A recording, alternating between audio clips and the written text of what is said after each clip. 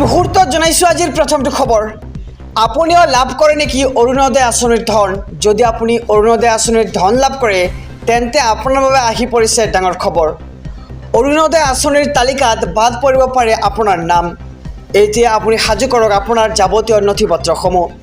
ধন লাভ কৰি থাকিবলৈ আপুনি নতুনকৈ কৰিব লাগিব আবেদন। আৰু অহা 15 ছেপ্টেম্বৰৰ পৰা ৰাজ্যত আৰম্ভ হ'ব অৰুণোদয় 3.0 আৰু নতুনকৈ এই আঁচনিত অন্তৰ্ভুক্ত হ'ব 12,60,000 হিতাধিকাৰী। আৰু অৰুণোদয় 2.0ৰ হিতাধিকাৰীও নতুনকৈ কৰিব লাগিব আবেদন। আমি সবিশেষ জনাইছোঁ আমাৰ সমূহ দৰ্শকক যে 2025 চনৰ 1 ফেব্ৰুৱাৰীৰ পৰা নতুন হিতাধিকাৰীয়ে পাব অৰুণোদয়ৰ সুবিধা। আৰু তেতিয়ালৈকে অৰুণোদয় 2.0ৰ হিতাধিকাৰীসকলে পাই থাকিব ধন। আৰু তাৰ পূৰ্বে পুনৰ আবেদন কৰিব লাগিব পুৰণা হিতাধিকাৰীসকলে। আৰু অৰুণোদয় 3.0ৰ নতুন আবেদনকাৰীসকলৰ বাবে ৰেচন কাৰ্ড থকাটো বাধ্যতামূলক কৰি দিছে চৰকাৰে। আৰু আপুনিও লাভ কৰে নেকি অৰুণোদয় আঁচনিৰ ধন? যদি লাভ কৰে তেন্তে আপুনি পুনৰ কৰিব লাগিব আবেদন যাৱতীয় নথি পত্ৰৰ লগতে। আৰু অৰুণোদয় আঁচনিৰ তালিকাৰ পৰা বাদ পৰিব পাৰে আপোনাৰ নাম যদি আপুনি আবেদন নকৰে। এই মুহূৰ্তত জনাইছোঁ আজিৰ দ্বিতীয় নম্বৰ খবৰটো। ৰাজ্যৰ মুখ্যমন্ত্ৰী ডক্টৰ হিমন্ত বিশ্ব শৰ্মাৰ বৃহৎ মন্তব্য। ইমান আঁচনি দিছ, স্মাৰ্ট মিটাৰৰ নামত কিয় টকা ল'ম বুলি মন্তব্য কৰে মুখ্যমন্ত্ৰীগৰাকীয়ে।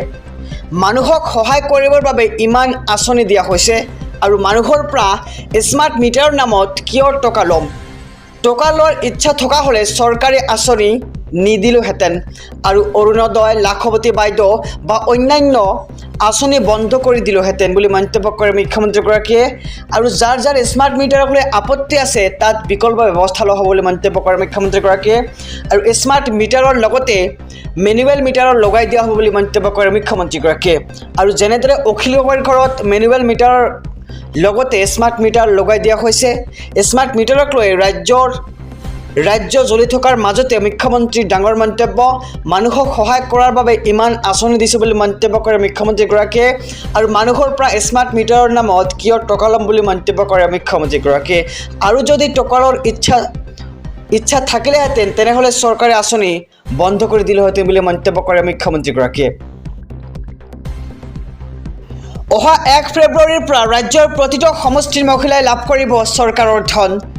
ৰাজ্যৰ 12 লাখ মহিলাই শীঘ্ৰেই লাভ কৰিব চৰকাৰৰ ধন। আৰু সমষ্টিয়ে প্ৰতি 10,000কৈ মহিলাই লাভ কৰিব চৰকাৰী ধন। আৰু মুখ্যমন্ত্ৰী ডক্টৰ হিমন্ত বিশ্ব শৰ্মাই এই সন্দৰ্ভত কৰিছে ডাঙৰ ঘোষণা। চৰকাৰী ধন পাবলৈ কি কৰিব লাগিব মহিলাসকলে? অহা 15 ছেপ্টেম্বৰৰ পৰা আৰম্ভ হ'ব আবেদন প্ৰক্ৰিয়া।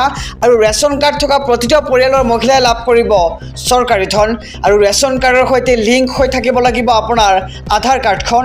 আৰু আহি গ'ল অৰুণোদয় 3.0ৰ বাবে নতুনকৈ আবেদন।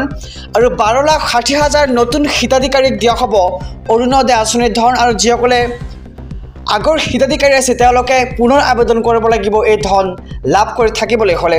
আৰু অহা 1 ফেব্ৰুৱাৰীৰ পৰা ৰাজ্যৰ প্ৰতিটো সমষ্টিৰ মহিলাই লাভ কৰিব চৰকাৰৰ ধন। ৰাজ্যৰ 12 লাখ মহিলাই শীঘ্ৰেই লাভ কৰিব চৰকাৰৰ ধন। আৰু সমষ্টিয়ে প্ৰতি 10,000কৈ মহিলাই লাভ কৰিব চৰকাৰী ধন। মাটিৰ খাজানাক লৈ ৰাজ্য চৰকাৰৰ বৃহৎ সিদ্ধান্ত।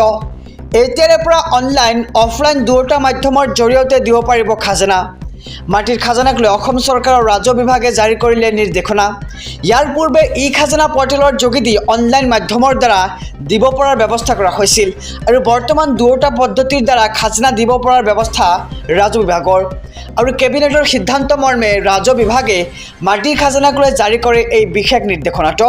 আৰু মাটিৰ খাজানাক লৈ ৰাজ্য চৰকাৰৰ বৃহৎ সিদ্ধান্ত আমি সবিশেষ জনাইছোঁ SB অসম মিডিয়াৰ সমূহ দৰ্শকক যে এতিয়াৰ পৰা অনলাইন আৰু অফলাইন দুয়োটা মাধ্যমৰ জৰিয়তে দিব পাৰিব আপুনি খাজানা।